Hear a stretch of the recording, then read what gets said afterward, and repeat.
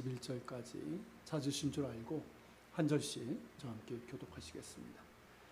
어떤 사람들이 유대로부터 내려와서 형제들을 가르치되 너희가 모세의 법대로 할례를 받지 아니하면 능히 구원을 받지 못하리라 하니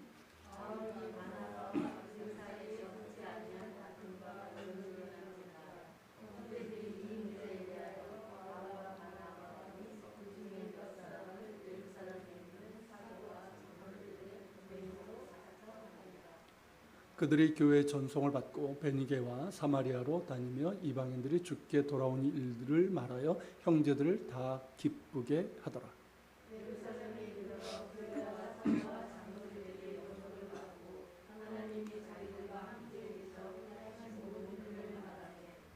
바리새파 중에 어떤 믿는 사람들이 일어나 말하되 이방인들에게 할례를 행하고 모세의 율법을 지키라 명하는 것이 마땅하다 하니라. 많은 변론이 있은 후에 베드로가 일어나 말하되 형제들아 너희도 알거니와 하나님이 이방인들로 내 입에서 복음의 말씀을 들어 믿게 하시려고 오래전부터 너희 가운데서 나를 택하시고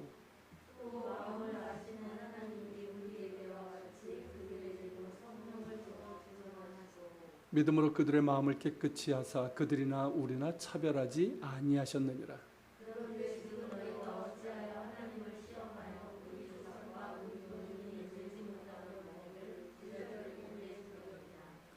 그러나 우리는 그들이 우리와 동일하게 주 예수의 은혜로 구원받는 줄을 믿노라 하니라.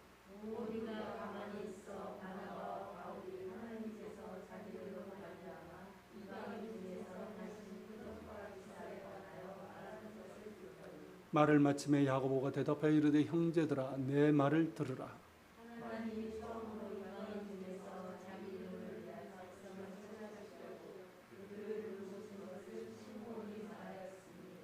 선지자들의 말씀이 이와 일치하도다. 기록된 바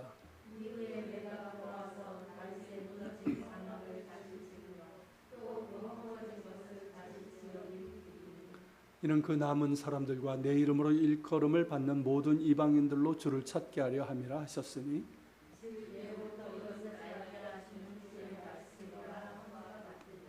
그러므로 내 의견에는 이방인 중에서 하나님께 돌아오는 자들을 괴롭게 하지 말고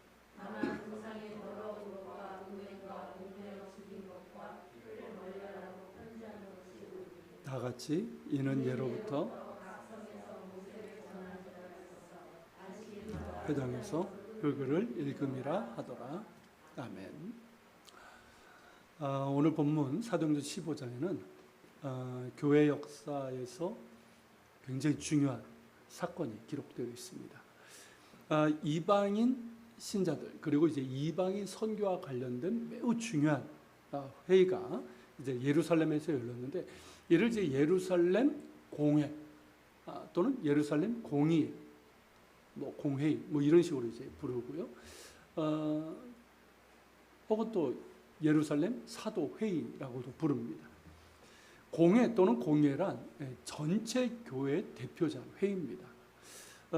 그래서 이제 중요한 정책이나 교리들 이제 논의하고 결정하는 그런 자리인데 그렇게 교회 역사에서 첫 번째 중요한 이제 공회가 예루살렘에서 열린 겁니다. 사도행전의 저자인 누가는 이 사건을 매우 비중 있게 다루고 있습니다. 그러니까 바울의 회심 그리고 이제 이방인 고넬료의 회심과 더불어서 이 예루살렘 공회를 굉장히 비중 있게 다루고 있어요. 왜냐하면 이런 중요한 사건들이 예수께서 명하신 땅끝 선교의 거대한 그런 흐름 가운데 있기 때문입니다. 자, 예루살렘에서 이런 회의가 열리게 된 사건의 발단은 1절에서 볼 수가 있어요. 자, 1절에 보면 어떤 사람들이 유대로부터 내려와서 이방인 신자들에게 당신들도 모세 율법대로 할례를 받지 않으면 능히 구원을 받을 수 없다라고 가르친 겁니다. 자, 이들이 누구인가? 유대로부터 내려온, 그러니까 안디옥 쪽으로 내려온 사람들이 안디옥뿐만 아니라 갈라디아까지 갔어요. 자, 이들이 누구인가 하는 건데 갈라디아에서 그 바울이 언급하고 있는 다른 복음을 전하는 사람들이에요. 갈라디아서 2장 4절에서는 자, 이걸 보면 이는 가만히 들어온 거짓 형제들, 이 사람들이에요. 자, 그들이 가만히 들어온 것은 그리스도 예수 안에서 우리가 가진 자유를 엿보고 우리를 종으로 삼고자 함이라. 자, 예수 그리스도께서 우리에게 주신 것이 뭡니까? 자유잖아요. 자유. 그죠? 이 구원이라는 것은 뭐냐면 자유예요. 해방이에요. 그런데 이들은 다시 할례를 받고 율법을 지켜야 된다고 하면서 다시 우리를 종으로 삼고자 한다는 거예요. 그러니까 이것을 이제 바울은 다른 복음을 전하는 거짓 교사들 이렇게 이제 정의를 하고 있어요. 그러니까 다른 복음은 결국 이제 예수 그리스도를 말하지만 실상은 예수님을 믿는 것 외에 다른 어떤 것, 여기에서 이제 율법과 할례죠. 이런 것들을 받아야지만 구원을 받을 수 있다라고 얘기하는 것입니다. 그러니까 거짓 복음이죠. 그러니까 이들은 유대교 신자들이 아니에요. 그러니까 바울이 1차 전도 여행을 할 때 핍박했던 건 유대교 신자들이에요. 그러니까 구분을 잘 하셔야 돼요. 유대인 중에 유대교 신자가 있고 유대인이지만 예수를 믿는 유대인 신자가 있습니다. 구별을 잘 하셔야 돼요. 유대교 신자와 유대인 신자, 똑같은 유대인이지만. 그러니까 이들은 유대교 신자가 아니라 유대인 신자들이에요. 예수님을 믿는. 그들 중에는 유대 전통을 강력하게 수호하려고 하는 이들이 있었습니다. 5절에서 이제 바리새파 중에 어떤 믿는 사람들이 나오는데 그들을 말하는 거예요. 자, 우리가 아는 것처럼 바리새파 사람들은 어땠습니까? 모세 율법을 매우 중요하게 여겼고 율법과 전통의 수호자로 자임을 했던 사람들이에요. 자부했던 사람들이죠. 어떤 할례를 받고 이 율법을 지킴으로 의에 이른다. 그러니까 행위 구원이죠. 의에 이른다고 믿었던 사람들이에요. 자, 이들 바리새파 중에 예수님을 믿은 사람들이 있었다는 거예요. 그러니까 모든 바리새파들이 예수님께 적대적이었던 건 아니었어요. 니고데모도 그렇고 아리마대 요셉 같은 경우도 바리새파 랍비잖아요. 다 적대적이었던 건 아니에요. 그리고 이제 바리새파 사람들 역시 메시아를 믿고 부활을 믿었기 때문에 예수님을 이제 메시아로 그렇게 믿게 된 것이죠. 은혜죠. 그런데 문제는 이들 중에 얼마는 여전히 율법의 의를 주장하면서 예수님이 메시아인 건 맞는데 율법도 지켜야지 의에 이를 수 있다. 구원에 있을 수 있다고 이렇게 생각을 했고 그런 주장을 이방인 신자들에게도 가르치면서 너희들도 우리 유대인들과 똑같이 할례를 받고 율법을 지켜야지 구원을 받는다라고 그렇게 강요를 하는 거예요. 그러니까 이제 뭐 예수님을 구주로 믿는 것만은 안 되고 우리처럼 할례를 받고 율법을 지켜야 구원을 받을 수 있다. 그런 주장이 강요인 거죠. 여러분들의 이해를 돕기 위해서 조금 말씀을 드리면 당시 유대인으로서의 어떤 정체성과 관련해서 이 세 가지 중요한 것이 있었습니다. 제가 이제 예전에도 말씀드렸던 것 같은데 안식일, 음식법, 할례예요. 이것들은 이제 유대인을 유대인 되게 하는 정체성과 관련이 있었고요. 또 오랜 이방 민족의 지배를 받으면서 이렇게 생겨난 거예요. 이 세 가지를 지킬 때 언약 공동체의 일원이 될 수 있다라고 그렇게 믿었습니다. 자, 안식일은 뭡니까? 일주일 중에 하루를 구별하는 거잖아요. 십계명에 있는 것처럼 일주일에 하루 토요일을 안식일로 거룩히 지켜 행하는 거죠. 자, 그렇게 지킬 때 어떻게 될까요? 유대인이네? 확 드러나는 거죠. 우리 그리스도인들이 이 주일을 지키는 거하고 똑같은 거예요. 자, 음식법은 어떻습니까? 레위기 정결법에서 가장 중심이 되는 것으로 이 먹는 것을 통해서 보통도 모르겠는데 먹는 게 달라. 유대인이라는 게 탁 드러나죠. 그리고 할례는 어떻습니까? 남자들의 성기 표피를 이제 잘라내는 건데 그러니까 자신이 아브라함의 후손이고 언약 백성이라는 표식이란 말이죠. 그러니까 이 셋 다 뭘까요? 구별이라는 공통점이 있어요. 구별. 셋 다 구별이에요. 날의 구별, 음식의 구별, 몸의 구별이에요. 자, 이방인들과 확연하게 구별되는 이 유대인만의 신앙 전통이자 정체성이라 할 수 있습니다. 그래서 이제 바벨론 포로 이후에 에스라, 니에미야 시대를 지나면서 이 세 가지가 강조가 됐고 예수님 당시, 이 초대교회 당시에는 이 세 가지는 유대인으로서 반드시 지켜야 되는 것으로 그렇게 생각을 했단 말이죠. 그러다 보니까 이 헬라 제국, 로마 전에 헬라 제국이었잖아요. 헬라 제국 때의 그 셀루코스 왕조가 유대인들이 하도 말을 안 들으니까 그들의 정체성, 그들의 어떤 종교성 이런 것들을 다 없애기 위해서 이 세 가지를 못하게 한 거예요. 안식일 금지, 할례 금지, 음식법 금지. 그리고 유대인들은 어땠을까요? 이에 대해서 결사항전을 했던 것이죠. 이렇게 이제 안식일, 음식법, 이 할례는 유대인들에게서 매우 중요한 자신들의 정체성이자 신앙 전통이었고, 이것을 지킴으로 언약 공동체 일원이 되고 의에 이룰 수 있다고 믿었습니다. 그러다 보니까 이방인 중에 유대교로 개종하는 사람들이 있었다고 그랬잖아요. 자, 이들에게도 이걸 요구한 거예요. 이것을 지켜서, 그러니까 그때서부터 이미 이방이지만, 혈통적으로는 이방이지만 이 세 가지를 지켜서 유대교로 개종을 하면 유대인으로 인정받는 그런 게 그때서부터 이제 생겼던 거예요, 사실은. 자, 그렇게 해서 이제 그렇게 할 때 이방인들도 우리 언약 공동체 일원으로 받아들여질 수 있다라는 거예요. 자, 여자들의 경우는 큰 문제가 될 게 없지만 이방인 남자들에게는 이게 문제가 됐습니다. 뭐가 문제가 됐을까요? 할례. 왜냐하면 헬레니즘 문화 속에서 할례는요, 굉장히 수치스러운 것으로 여겨졌어요. 여러분, 그 그리스 로마 시대 어떤 그 도자기에 있는 그림이나 뭐 이게 체육 경기 있잖아요. 그런 그림들, 뭐 조각상들 보세요. 다 나체로 되어 있는데 보면 할례가 안 돼 있어요. 굉장히 수치스럽게 여겼단 말이죠. 그러니까 이제 이 대다수는 꺼려했고 소수의 남자들만이 할례를 받고 그렇게 이제 유대교로 개종을 했습니다. 자, 이런 상황이다 보니까 자, 예수님을 믿게 됐어요. 유대인 신자들이에요. 자, 이들이 이제 모두 그랬던 것은 아니지만 꽤 많은 사람들이 예수님을 믿으면서도 여전히 할례와 율법을 의의 조건, 구원의 조건으로 생각하는 이들이 있었다는 거예요. 바로 이런 사람들이 안디옥과 그 인근 지역으로 가가지고 이방인 신자들에게 너희도 우리처럼 할례를 받고 율법을 지켜야 된다. 그래야지만 구원을 받을 수 있다라고 그렇게 가르치고 강요를 한 거예요. 자, 일단 안식일은 문제될 거 없죠.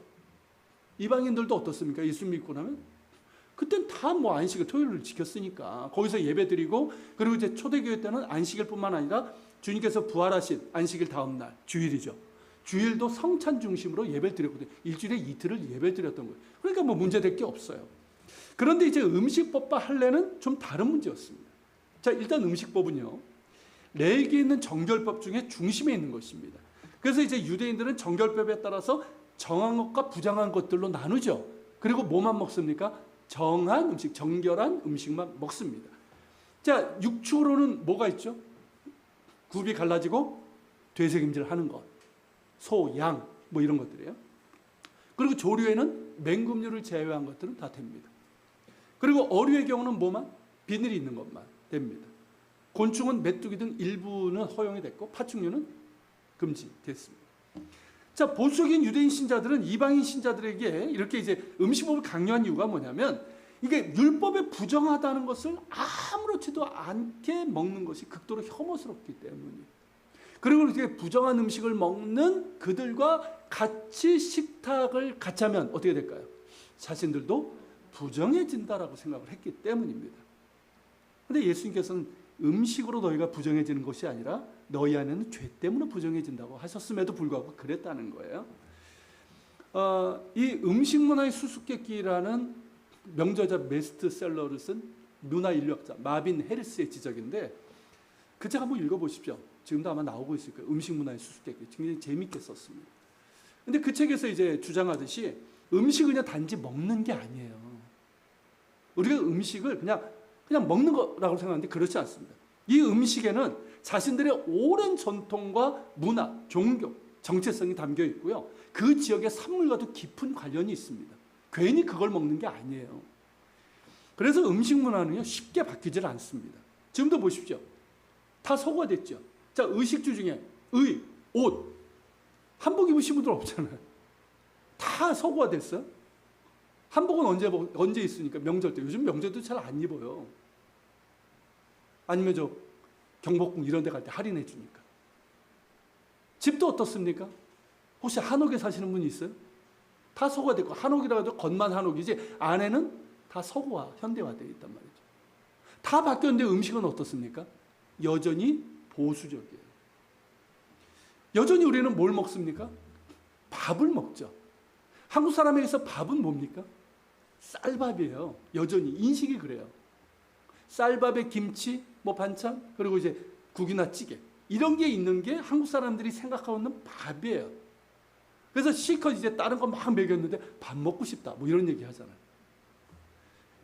그러니까 뭐 이거는 우리나라뿐만 아니라 뭐 일본도 그렇고 중국도 세계 모든 나라 모든 민족이 그렇습니다. 그러니까 국제화되면서 외국 음식이 들어오고 이른바 뭐 퓨전 음식도 생겼지만 자신들의 오랜 음식 문화를 그렇게 고수하고 있어요. 특히 이제 종교적인 이유로 음식 문화를 지켜온 경우는 더욱더 그러합니다. 지금도 유대인들은 어떨까요? 정결법, 이걸 코셔라고 하는데 이걸 지키고 있습니다. 그리고 이슬람 교도들은 어떨까요? 돼지고기를 안 먹죠. 할랄이라고 해서 안 먹어요. 반면에 힌두교인들은 어떻습니까? 소를 안 먹죠. 소고기를. 이게 신이 깃들어 있대나 아무튼 그 신성한 존재로 해가지고 먹지 않습니다. 그러니까 이들의 경우는 음식 문화가 곧 자신들의 정체성이자 신앙이에요.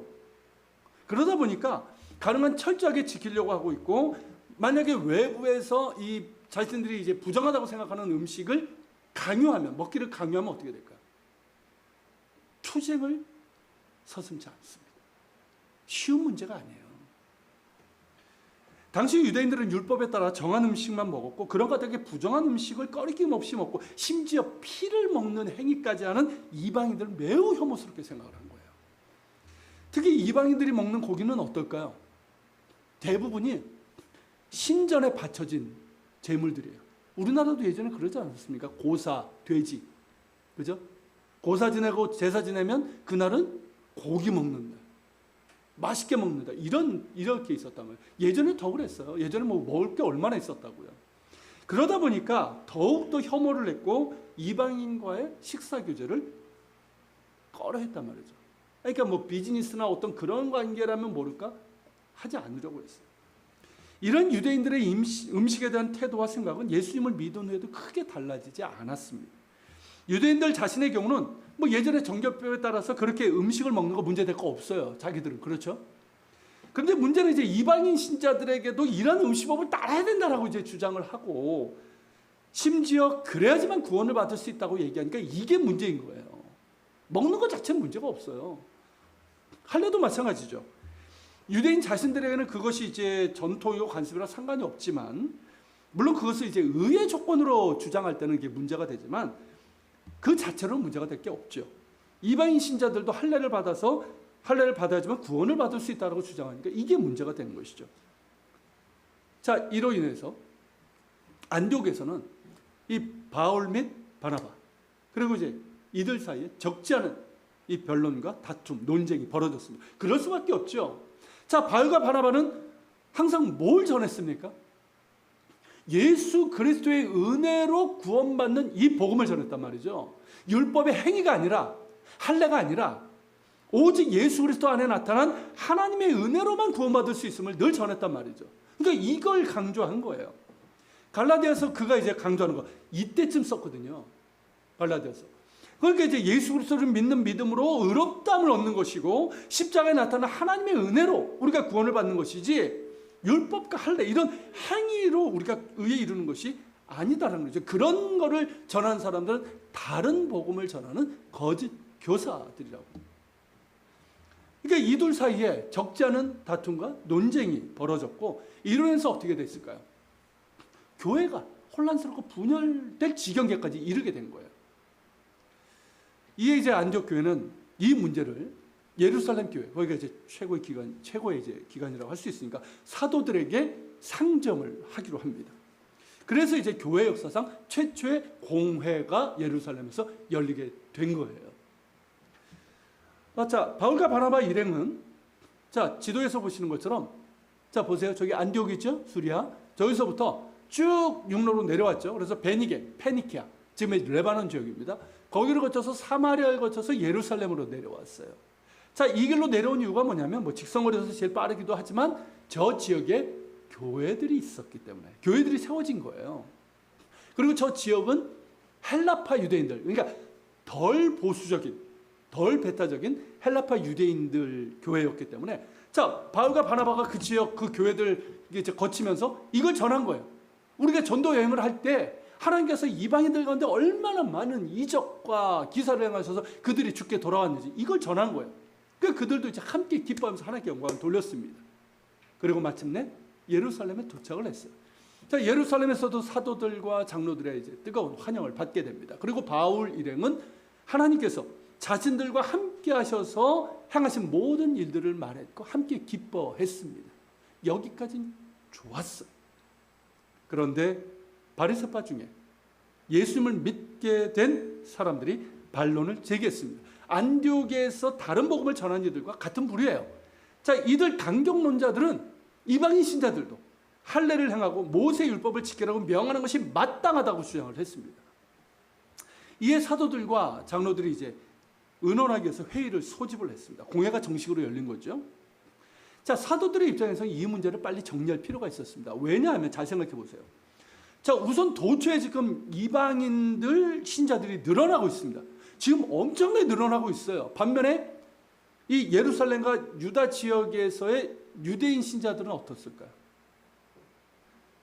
지금 유대교의 강경한 그런 이제 반대와 핍박이 있기 때문에 유대인 신자들은 정체 상태인 거예요. 반면에 유대인 신자들은 막 늘어나고 있어요. 그러니까 처음에는 유대인 중심이었던 교회가 이방인 중심의 교회로 지금 빠르게 바뀌고 있는 거예요. 자, 그런데 어떻습니까? 그 이방인들 중에는 아예 그 성경에 대한 배경이 없는 사람들도 많다고 그랬잖아요. 자, 그들은 어떻습니까? 할렐루야. 그들은 어떨까요? 자, 우리가 고린도 교회에서 보듯이 이방인들의 옳지 못한 습관들이 있잖아요. 우상을 섬기던 그런 것들, 우상의 음식을 먹는 것, 그리고 성적인 그런 문란함, 이런 것들이 그냥 교회 안으로 들어오는 거예요. 몰라. 그런 것들을 이제 다 이제 끊어내야 된다는 걸 잘 몰라. 그러니까 그런 일들이 들어오게 되고 이방인 신자들의 이런 모습으로 인해서 이 유대인 신자들이 어떨까요? 그들과 교제하는 것을 꺼리하게 되는 거예요. 그렇게 되면 어떻게 될까요? 교회는 약화될 뿐만 아니라 분열될 수 있는 거예요. 그리고 이 문제 중심에는 뭐가 있습니까? 무엇으로 하나님에 의해 이르고 구원을 받는가 하는 매우 중요한 복음의 핵심을 담고 있기 때문에 분명하게 정리할 필요가 있었던 거예요. 그대로 방치하는 복음에 대한 잘못된 이해로 인해서 교회가 위험에 빠지고 분열의 위험이 있었기 때문이죠. 그래서 그런 까닭에 공회는 필연적이었어요. 필연적. 먼저 이 문제로 많은 변론이 있었습니다. 그렇겠죠. 많은 변론들이 막 오갔어요. 자, 그리고 이제 베드로가 일어나서 자신의 경험을 말합니다. 그 경험이란 뭐냐면 우리가 앞서 보았던 가이사라 백부장 고넬료 회심이었어요. 자, 요바에서 무주장이 시몬의 집에 있을 때 하나님께서 그에게 뭘 보여주셨습니까? 부정한 음식 보자기 환상을 보여주셨잖아요. 베드로는 그것을 부정한 음식이라고 생각했지만 하나님께서 뭘 보여주신 거예요? 너희가 부정하다고 생각하는 이방인들 아니라는 거예요. 내가 정하겠다라는 거죠. 그러면서 이방인 성경은 하나님의 뜻이라는 것을 보여주시면서 이 유대인 베드로의 고정관념을 깨뜨리셨단 말이죠. 그리고 이제 가이사라 고넬료 집에서 복음을 전했을 때 그들 모두가 어땠습니까? 예수님을 영접을 했어요. 그리고 그때 성령이 임했고 그들이 방언을 말했습니다. 그러니까 예루살렘 오순절 성령 강림이 자신들에게 임한 것처럼 이방인들에게도 동일하게 임했다는 것이죠. 그때 그들이 할례를 받았습니까? 아니에요. 율법을 지켰습니까? 아니란 말이죠. 그럼에도 그들에게 똑같이 성령이 임하시는 것은 그들이 예수 그리스도를 믿음으로 구원받았음을 보여주는 분명한 증거입니다. 9절에서 말하듯 믿음으로 그들의 마음을 깨끗하게 하사 그들이나 우리나 차별하지 아니하신 것이라는 거죠. 이어서 베드로는 그런데 지금 너희가 어찌하여 하나님을 시험하여 우리 조상과 우리도 능히 매지 못하던 멍에를 제자들의 목에 두려느냐라고 책망을 합니다. 자, 너희가 어찌하여 하나님을 시험하여 이 부분을 메시지 성경으로 이제 보면은 이렇게 번역을 해놨어요. 그런데 어찌하여 여러분은 하나님보다 더 하나님이 되어서 이렇게 번역을 했어요. 맞죠? 지금 이들이 하는 짓이 뭡니까? 하나님보다 더 하나님이 돼가지고 율법이란 멍에를 이방인 신자들에게 매려고 하는 거예요. 하나님께서는 지금 고넬료 통해서 율법의 행위가 아니라 오직 예수 그리스도를 믿는 믿음으로 구원하셨단 말이죠. 이게 구원, 뭐 유대인이나 이방인이나 오직 예수 그리스도를 믿는 믿음으로만 구원을 받는 거예요. 그런데 자기들이 뭔 짓을 하고 있는 겁니까? 하나님보다 더 하나님이 되는 거예요. 그래서 율법을 지키고 할례를 받아야지 구원을 받을 수 있다고 하고 그 무거운 멍에 자기들은 제대로 지킬 수 있습니까? 지킬 수 없어요. 근데 그 멍에를 이방인들의 목에다가 매려고 하고 있다는 거죠. 근데 여러분 가끔 보면 이런 사람들이 종종 있어요. 하나님보다 더 하나님에 대해서 자기 주장이 옳다고 하고 상대방을 정죄하고 무거운 멍에를 매려고 하는 사람들이 있어요. 이게 교만이에요. 우리에게 그런 일이 없기를 바랍니다. 쉽게 하면 이런 거예요. 하나님은 누구나 긍휼히 여기십니다. 누구나 사랑하십니다. 누구나 용서하길 원하시고 구원하길 원하십니다. 할렐루야. 근데 내가 함부로 막 정죄하고 전 못된 거 막 정죄하고 그렇다면 어떨까요? 내가 하나님보다 더 하나님이 되는 꼴인 거예요.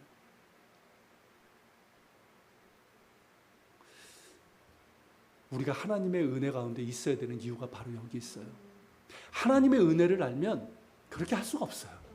이렇게 좀 이따 다루겠지만 하나님의 은혜는 뭡니까? 내가 죄인됨을 아는 거예요. 내가 죄인됨을. 나는 구원받을 수 없는 존재예요. 그런 사랑을 받을 수 없는 존재예요. 근데 하나님이 나를 사랑하신단 말이죠. 나를 구원하셨어요. 그러니까 난 자랑할 것도 없고 남과 비교해서 내가 뛰어난 것도 없어요. 오직 감사할 수밖에 없는 거예요. 겸손할 수밖에 없고요. 하나님이 그를 사랑하시니 나도 그를 사랑해야 되는 거예요. 정죄할 수 없는 거예요. 할렐루야. 더욱더 주의 은혜 가운데 거할 수 있는 여러분 되시길 축복합니다. 자, 이어서 베드로는 결정적인 말로 변론을 마무리합니다. 이제 11절이죠. 뭐라고 합니까? 같이 읽어볼까요? 그러나 우리는 그들이 우리와 동일하게 주 예수의 은혜로 구원받는 줄을 믿노라. 이 말을 했어요. 아멘이죠? 자, 유대인이든 이방인이든 오직 예수 그리스도의 은혜로만 구원을 받습니다. 할례와 율법의 의로, 행위로 구원받는 것이 아니라 오직 예수 그리스도의 은혜로 구원을 받습니다. 유대인들에게 있어서 할례와 율법이 소중한 전통인 건 맞지만 그것을 지킨다고 해서 하나님 앞에 의롭다함을 받는 것도 아니고 구원받는 것도 아닙니다. 할례는 뭡니까? 아브라함의 후손이고 언약 백성이라는 표식일 뿐이에요. 율법은 뭡니까? 하나님께서 택하시고 그들에게 언약을 주셨잖아요. 그 언약 백성으로서 마땅히 어떻게 하나님을 섬겨야 되는지, 어떻게 구별된 거룩한 삶을 살아야 되는지, 그리고 공동체 내에서 어떻게 서로를 사랑하며 섬겨야 되는지 삶의 방향이고 지침일 뿐이에요. 당연히 지켜야 되는 거지 그거를 지켰다고 해서 내가 의롭다라고 주장할 수 없다는 것이죠. 은혜가 먼저이지 율법의 행위가 먼저가 아닙니다. 은혜가 먼저이지 할례가 먼저가 아니라는 거예요. 오직 주 예수 그리스도의 은혜로 구원을 받습니다. 그가 유대인이든 이방인이든 차별 없이 주시는 은혜로 구원을 받습니다. 그러니까 베드로가 이렇게 이제 복음의 핵심을 말한 것인데 이 말씀을 보면서 하나님께서 우리에게 주신 구원의 은혜가 얼마나 크고 감사한지요. 한번 생각해 보십시오. 만약에 하나님께서 우리에게 할례나 율법 같은 어떤 조건을 내세우셨다면 우리가 구원을 받을 수 있었을까요? 베드로가 말한 것처럼 유대인조차도 제대로 지키지 못하는 게 율법이에요. 자, 율법뿐만 아니라 다른 어떤 조건, 기준, 어떤 높은 도덕적인 기준, 윤리적인 기준 이런 것들을 제시했다면 우리가 구원 받았을까요?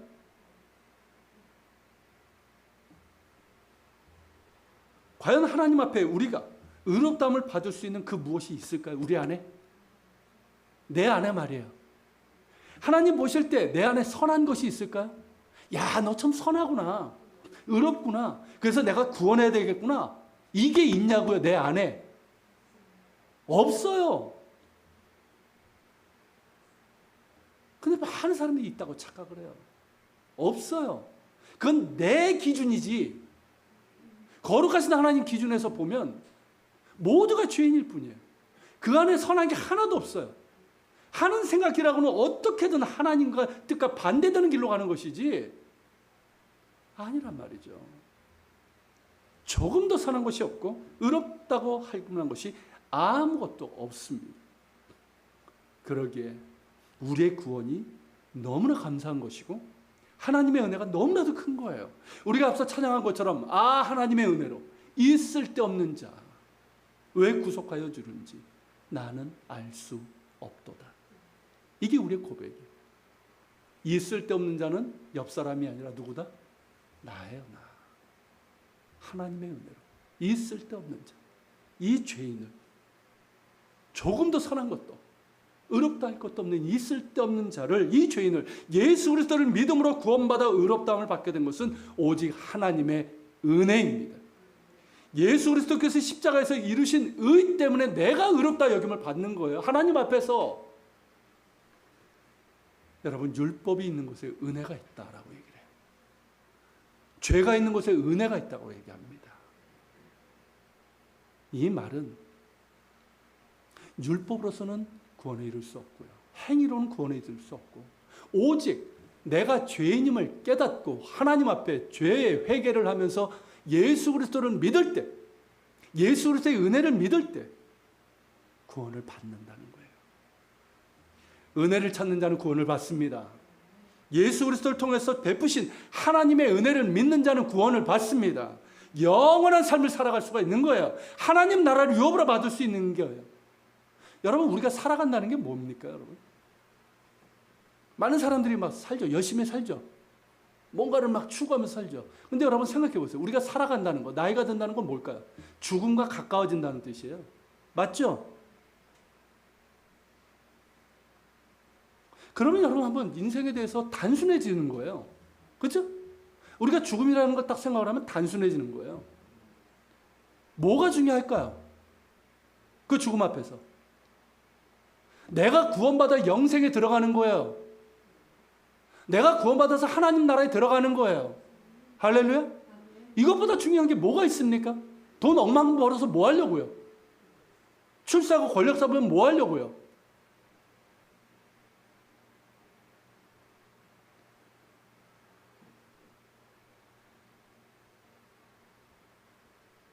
하나님의 은혜, 우리를 구원하시고 우리에게 하나님 나라를 유업으로 주시는 이 은혜, 이것이 우리 인생에서 가장 중요한 거예요. 이 사실을 기억하면서 예수 그리스도의 은혜 가운데 서는 그 믿음의 굳건히 설 수 있기를 축복합니다. 아직 구원의 확신이 없다면 구원의 조건은 나에게 있는 게 아니에요. 내가 뭘 해야지 되는 게 아니에요. 다만 믿는 거예요. 예수님이 나를 위해서 이 땅에 오셨고 나를 구원하기 위해서 십자가에 달려 돌아가셨고 부활하셨다는 것을 그냥 믿는 거예요. 딴 거 없어요. 이거 하나밖에 없어요. 믿으면 구원을 받습니다. 하나님께서 의롭지 못한 나를 의롭다고 인정해 주시는 거예요. 그렇게 하나님이 우리를 사랑하십니다. 우리를 구원하기를 원하시는 거예요. 오직 예수 그리스도의 은혜로만 구원을 받습니다. 자, 베드로의 증언이 끝나고 12절에 보면 이에 온 무리가 가만히 있었다고 했어요. 아무도 반론을 제기하지 못하고 침묵했다는 거죠. 그럴 수밖에 없죠. 자, 사도 베드로를 통해서 분명하게 보여주신 증거니까 누구도 반론할 수가 없는 거예요. 이 침묵을 깬 사람들이 바울과 바나바였습니다. 이들은 베드로가 증언한 것이 사실임을 자신의 전도 여행을 통해서 하나님께서 자신들과 함께 하셔서 이방인들에게 행하신 표적과 기사에 대해서 말했어. 얼마나 많은 이방인들이 그렇게 예수님을 믿는 믿음으로 구원받고 돌아왔는지 증인들인 거죠. 자, 본문에 생략되어 있지만 더욱 침묵에 빠졌을 거예요. 이 생생한 증거들을 어떻게 부인할 수 있겠습니까? 이제 이 회의의 수장인 야고보가 입을 엽니다. 여기서 야고보는 누굴까요? 예수님의 12제자 중에 하나인 야고보가 아닙니다. 세베대의 아들 야고보, 그러니까 요한의 형제 야고보는 헤롯 아그리파에 의해서 순교를 당했죠. 그리고 이제 다른 야고보, 알페오 야고보가 있지만 그 사람을 얘기하는 게 아니에요. 바로 주의 형제 야고보입니다. 그러니까 예수님께서 이제 성령으로 잉태하셨지만 요셉과 마리아에게서 난 동생들이 있었는데 그들이 야고보, 유다 이런 사람들이었습니다. 자, 이들은 예수님을 믿었습니까? 믿지 않았어요.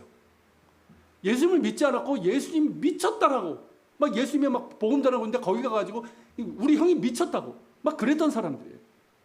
그런 그들이 부활하신 예수님을 만났습니다. 예수님께서 부활하신 몸을 그들에게 보여주셨어요. 이에 그들은 예수님이 그리스도시요 살아계신 하나님의 아들이심을 믿게 되었고 이후에 교회 지도자들이 됩니다.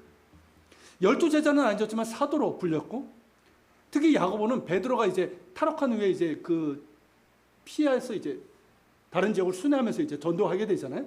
그러면서 예루살렘 교회를 이끄는 지도자의 역할을 했습니다. 그리고 야고보는요, 그 인품이나 선행에 있어서 너무 훌륭해가지고 믿지 않는 유대인들에게조차도 존경을 받았던 사람이었어요. 그리고 이제 교회를 위해서, 그리고 자기 민족의 구원을 위해서 밤낮으로 무릎을 꿇고 기도를 해가지고 별명이 낙타 무릎이었어요. 얼마나 무릎 꿇고 기도했는지 이 무릎에, 그러니까 낙타 무릎 아세요? 이렇게 보신 분 있으십니까? 이렇게 굳은 살이 배어 있어요. 그 정도로 이제 굳은 살이 배인 그런 기도의 사람이었다는 거죠. 자, 그러다 보니까 예루살렘 공회 의장을 맡는 것이 당연했고요. 그리고 그가 내리게 될 이 결론적인 말들은 충분히 신뢰할 만했고 권위가 있었습니다. 자, 야고보는 앞서서 베드로가 증언한 것이 선자들의 말씀과 일치함을 말해요. 그가 예로 든 게 뭐냐면 아모스 9장 11절 12절이에요. 그 내용이 뭐냐면 메시아의 날에 다윗의 장막, 무너진 장막을 일으키시고 내 이름을 일컫는 만국을 기업으로 얻게 되리라는 말씀이에요. 이게 뭐냐면 이스라엘과 열방의 구원에 대한 예언의 말씀인데, 이게 아모스뿐만 아니라 우리가 새벽에 지금 이사야서 나누고 있죠. 이사야서도 얼마나 많이 나옵니까? 에스겔서 등등 곳곳에서 메시아의 날이 오면, 즉 예수 그리스도께서 이 땅에 오실 때 이스라엘 회복과 더불어서 열방이 죽게 돌아오는 이 구원의 날이 임할 것이라고 그렇게 예언적으로 말씀하셨단 말이죠. 바로 그 말씀과 정확하게 일치한다는 거예요. 그러므로 자, 뭐라고 말합니까? 그러므로 내 의견에는 이방인 중에서 하나님께로 돌아오는 자들을 괴롭게 하지 말고, 즉 율법이나 할례 이런 것들로 그들에게 괴롭게 하지 말고, 다만 우상의 더러운 것과 음행과 목매어 죽인 것과 피를 멀리하라고 편지하는 것이 옳다. 이런 결론적인 의견을 제시합니다. 자, 베드로가 이방인 고넬료의 회심에서 목격하고 바울과 바나바가 이방인 중에서 전도할 때 나타난 하나님이 함께하신 그 모든 것들이 선자들의 말씀과 정확하게 같으니 이제 더 이상 이방인들이 죽게 돌아올 때 이 할례나 율법의 멍에로 그들을 괴롭게 하지 말자라는 거예요. 그러니까 이거는 뭐냐면 할례든 율법이든 어떤 행위로서 구원받는 것이 아니라 오직 예수 그리스도의 구원의 은혜로만 구원받는다, 믿음으로만 구원받는다는 이것을 천명을 한 거예요. 그러면서 이방인들이 지킬 4가지를 제안을 했어요. 자, 우상의 더러운 것, 이게 뭘까요? 우상 숭배와 관련된 모든 활동을 멀리하라는 거예요. 자, 하나님의 은혜로 구원받은 자답게 당연히 죽은 우상을 더 이상 섬기지 말아야 되죠. 우상 숭배와 관련된 그런 것들은 다 없애버려야 되는 거예요. 맞죠? 그런 더러운 것들을 멀리하라는 거죠. 그러면서 하나님만을 섬기라는 거예요. 음행은 뭡니까? 문란한 성관계. 그 당시 헬라 문화는요, 부부 간의 어떤 정조 이런 거 없었어요. 얼마나 문란한지 몰라요. 우리나라 안 그랬습니까? 이런 이제 문란한 성관계를 멀리하고 하나님께서 주신 결혼, 가정을 순결하게 지키라는 거예요. 마땅한 거죠. 그리고 목매어 죽인 것과 피를 멀리하는 건 뭐냐면 유대인 신자들에게 거슬리는 음식을 내놓지 말라는 뜻이에요. 이걸 그대로 해가지고 순대도 안 되고 선지국도 안 되고 뭐 이런 고민하시는 분들인데, 그런 단순한 의미가 아니라 유대인들이 극도로 꺼려하는 그런 음식이란 말이죠. 이 목매어 죽인 것과 피를 마시는 것은 뭐냐면 둘 다 우상에게 바친 제물이고 율법에서 금하는 거죠. 그러니까 유대인들이 다 되는 거 대부분 돼지예요. 즉 유대인 신자들이 더 이상 이방인 신자들에게 할례와 율법을 강요하지 않는 것처럼 이방인 신자들도 우상 숭배 성적인 문란함을 버리고 또한 유대인 신자들을 존중해서 그들에게 거슬리고 불쾌한 음식을 내놓지 말라는 요청이에요.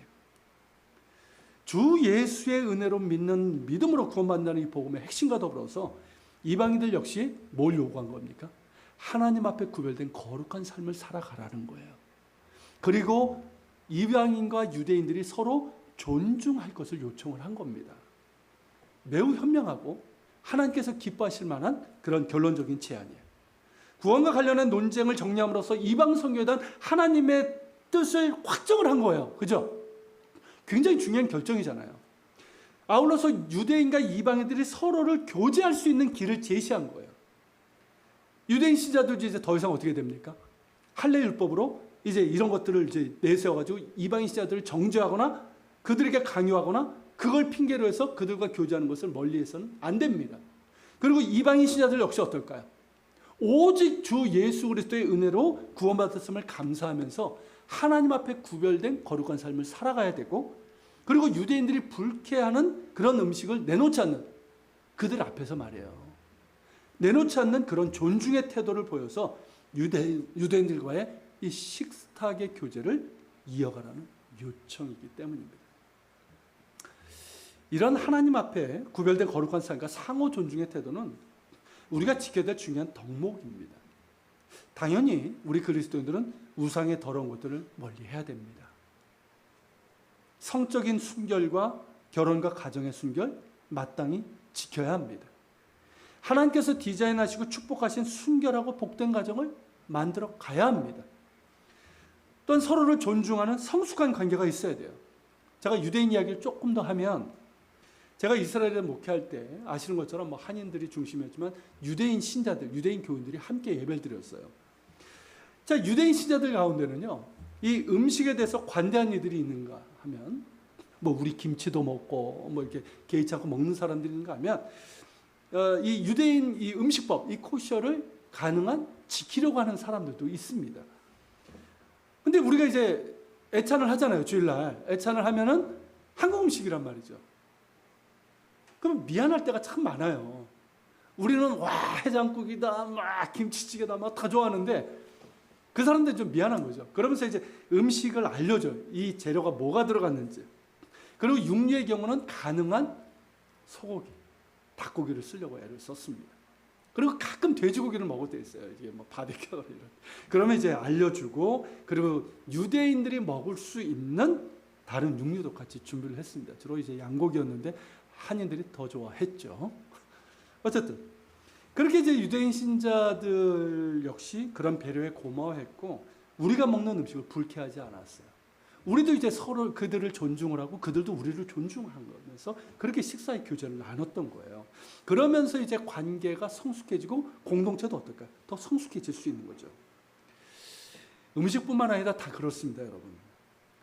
우리가 꼭 기억해야 될 게 뭐냐면 나와 다름이 틀림이 아니라는 거예요. 근데 우리는 어떻습니까? 나와 다르면 틀린 거야. 그러면서 비난하고 정죄하고 관계를 밀어내려고 하죠. 이건 성숙하지 못한 태도예요. 나와 다름은 틀림이 아닙니다. 하나님은 다양성을 인정하시는 하나님이에요. 있는 그대로를 받으시는 하나님이시잖아요. 그러면서 예수 그리스도의 은혜 안에서 우리를 만들어 가시고 성령의 하나 되게 하신 것을 힘써 지키라고 하시는 거예요. 그러려면 서로를 배려하고 존중하는 그런 태도가 필요합니다.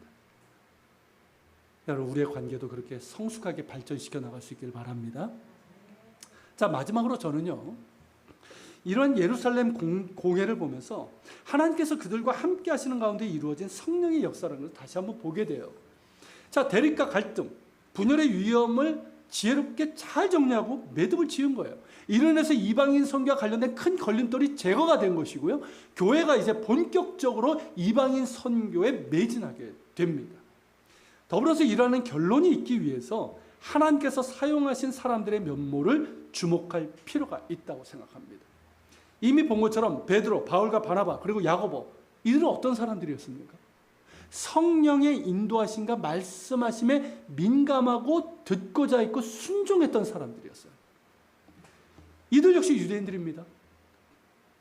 바울은 어떤 사람이었어요? 바리새파 랍비 출신이었어요. 굉장히 보수적이고 강경했던 사람이었어요. 야고보 역시 어땠을까요? 처음에 예수님 믿지 않았던 사람이었어요. 그러나 그들 모두는 부활하신 예수님을 만났고 변화되었습니다. 완전히 변화되었어요. 바울이 고백한 것처럼 죄인 중에 괴수인 나를 구원하신 은혜를 경험을 했습니다. 그러기에 자신의 그 어떤 것도 자랑하지 않았고 겸손히 주의 은혜만을 자랑하고 찬양하고 그렇게 붙들었단 말이죠. 또한 성령의 인도하심과 말씀하심에 늘 민감했습니다. 깨어 기도하고 말씀에 순종하는 가운데 성령의 인도하심에 민감했고 성령의 뜻에 바로 반응할 수 있었던 거예요. 순종함으로 반응할 수 있었던 거예요. 자, 그들은 자신의 전통을 내세우지 않았습니다. 자신의 경험을 앞세우지 않았어요. 자신의 생각, 판단 앞세우지 않았어요. 주님보다 성령보다 자신을 앞세우지 않았습니다. 겸손히 성령의 뜻을 구했고 인도하심을 구했어요. 그리고 순종했습니다. 그러기에 베드로와 바울과 바나바도 야고보도 이방인 선교와 관련된 하나님의 뜻을 온전히 깨달을 수 있었고 예루살렘 공회에서도 하나님의 뜻에 합당한 논의와 결론을 이끌어낸 것입니다. 이것이 중요한 건요, 교회 역사에서 많은 공회가 있었지만 모든 공회가 이랬던 것이 아니라는 거예요. 그 공회 같은 가운데는 분명히 하나님의 뜻과 반대되는 잘못된 결정들, 이런 것들도 있었고요, 심지어는 죄악의 결정들도 있었단 말이죠. 겸손히 성령의 인도하심과 말씀하심에 민감하고 듣고자 하고 순종하는 사람들이 중요합니다. 그런 사람들을 하나님께서 사용하시는 거예요. 그를 통해서 당신의 거룩한 뜻을 이루어 가시고 교회를 세워나가십니다. 우리가 그런 사람들이 되기를 소망합니다. 오직 예수 그리스도의 은혜만을 감사하고 자랑하는 복음의 사람들이 되길 바랍니다. 주 예수의 은혜 가운데 흔들림 없이 서는 믿음의 사람들이 다 되시기를 축복합니다. 성령의 인도하심과 말씀에 민감하고 순종하는 사람들이 되시길 바랍니다. 우리가 교회를 섬김에 있어서도 그러하고요, 여러분들의 개인의 삶도 마찬가지예요. 우리가 살아가다 보면 중요한 결정, 어떤 일을 해야 될 때가 있습니다. 그때 여러분은 어떻게 하십니까?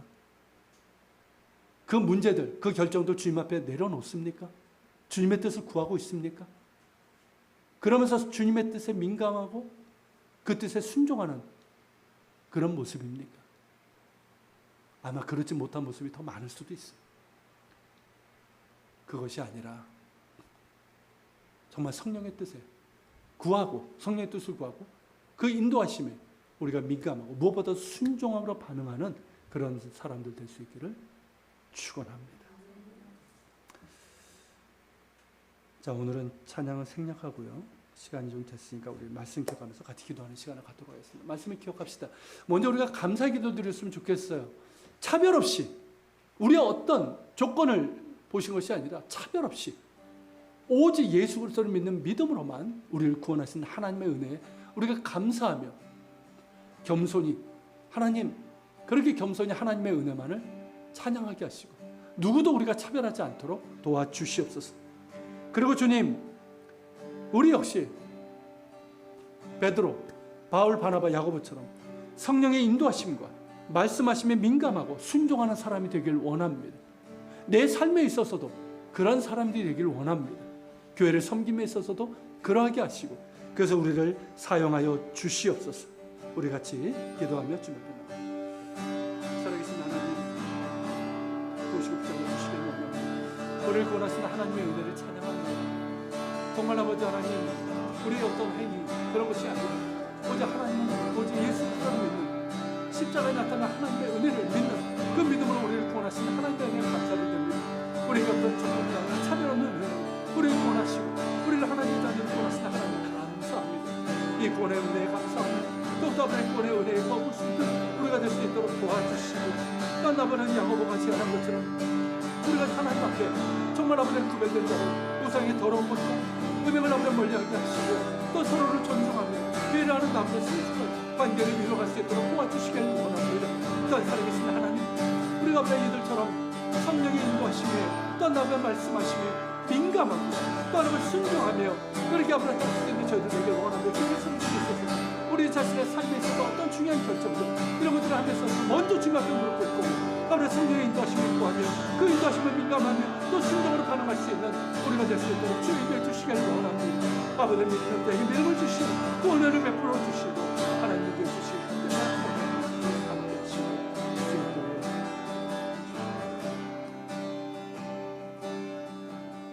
하나님 감사합니다.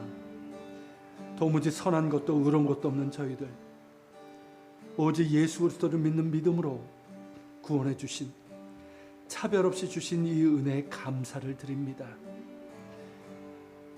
이 은혜를 받은 자답게 더욱더 믿음 안에 굳건히 서게 하여 주시고, 내 삶에 정말 중요한 것이 무엇인지를 깨닫고 믿음 안에, 은혜 안에 머물게 하여 주시옵소서. 또한 이 은혜를 받은 자답게 우상의 더러운 것과 음행을 멀리하게 하여 주시고, 나와 다름이 틀림이 아니며 그 다름을 인정하고 배려하고 존중할 수 있는 성숙한 그런 교제도 관계도 허락해 주옵소서. 그리고 무엇보다 주님, 우리 역시 성령의 인도하심과 말씀하심에 민감하고 순종하는 사람들이 되길 원합니다. 교회를 섬김에 있어서, 내 삶에서 어떤 중요한 결정을 함에 있어서도 먼저 무릎 꿇게 하시고 성령께 구하게 하시고 그 인도하심을 구하면서 하나님의 기뻐하신 뜻을 분별하여 순종할 수 있는 우리가 되게 하여 주시옵소서. 오늘도 예물을 주님 앞에 드렸습니다. 10의 1조를, 감사의 예물을, 주일의 예물을 주께 드렸습니다. 하나님 기쁘게 받으시고 흠양하여 주옵소서. 이것을 드린 이들에게 크신 은혜로 응답하여 주시옵소서. 이제는 우리 주 예수 그리스도의 은혜와 아버지 하나님의 그 크신 사랑과 성령님의 감화감도 교통 역사하심이 예루살렘 공회를 통해서 역사하신 하나님의 그 은혜, 우리에게 베푸신 구원의 은혜에 감사하며 또 성령의 인도하심과 말씀하심에 민감하고 순종하는 사람이 되길 원하는 우리 모든 지체들 머리 위에 함께 하시기를. 우리 예안교회에 있다는 교회들, 조국 대만과 북한 땅, 이스라엘과 우크라이나 땅에 세계 곳곳에서 복음을 전하는 선교사들과 박해 지역에 있는 그리스도인들 머리 위에 함께 하시기를 간절히 축원하옵나이다.